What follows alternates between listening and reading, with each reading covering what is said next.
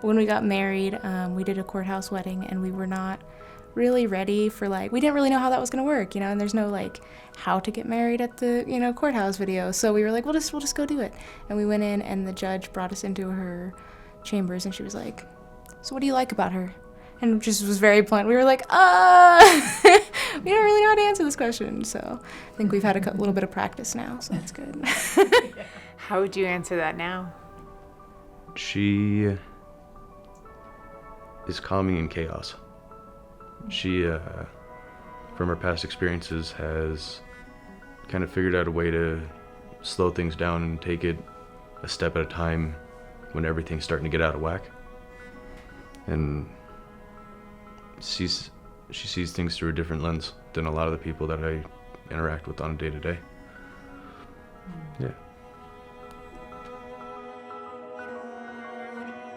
I was 7 and my sister was 3, and we were living in the Pine with my grandma, my dad's mom, and my grandma got caught using by my grandpa, and she assumed that somebody ratted her out, and she said, oh, that was my parents, you know?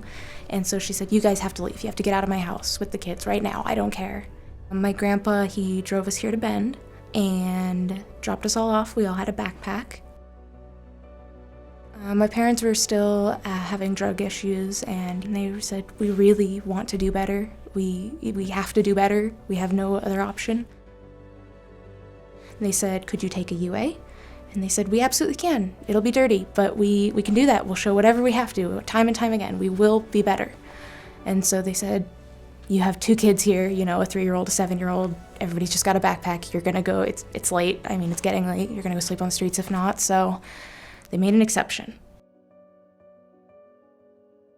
When they made that exception, I remember just being ecstatic and just like, oh my gosh, we're gonna get to stay here. This is awesome. And they were talking about, oh, it's, you know, it just used to be a little hotel. But I remember it just being like, it was amazing. It was like, this is a hotel. This is great, you know?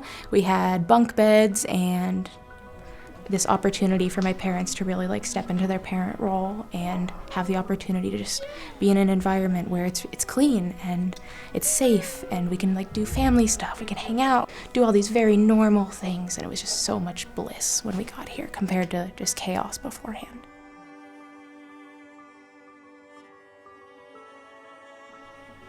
As very stressful food was. I was like, you know, is there enough? Am I, you know, what? I don't know. It was guaranteed meals every day, and it was nothing that I had to worry about. I know my parents weren't worrying about it, and it was just very nice. These are all volunteers. They're just here because they want to be here for us, and that was really changing.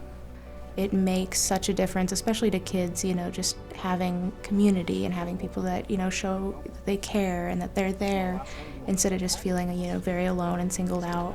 I think that volunteers are just, they're what make the world, you know.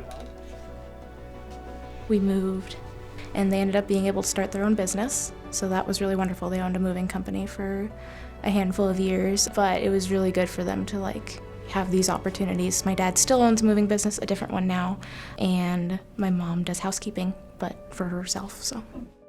The Bethlehem Inn has done really good for a lot of families, and honestly, I don't think she would be who she is today if they didn't help her and her family.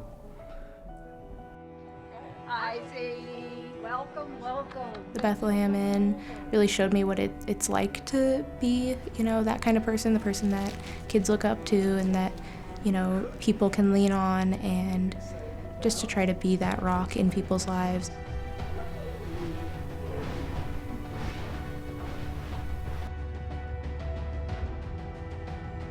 That really changed my outlook on life, and I was like, I want to be that. And so I volunteer where I can, you know, just whatever I can do to be out there and be like them. That's what I want to do.